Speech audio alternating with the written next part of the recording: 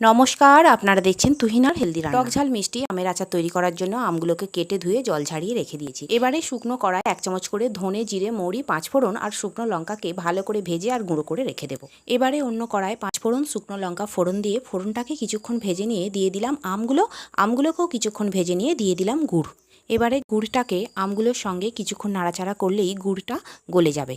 এবারে এই গুড়ের সঙ্গেই আমটা কিছুক্ষণ রান্না হবে আর দিয়ে দিলাম স্বাদমতো নুন আর ভালো করে মিশিয়ে নিলাম। এইভাবে মিনিট 10 রান্না করলেই আমের ভেতর মিষ্টিটা ঢুকে যাবে।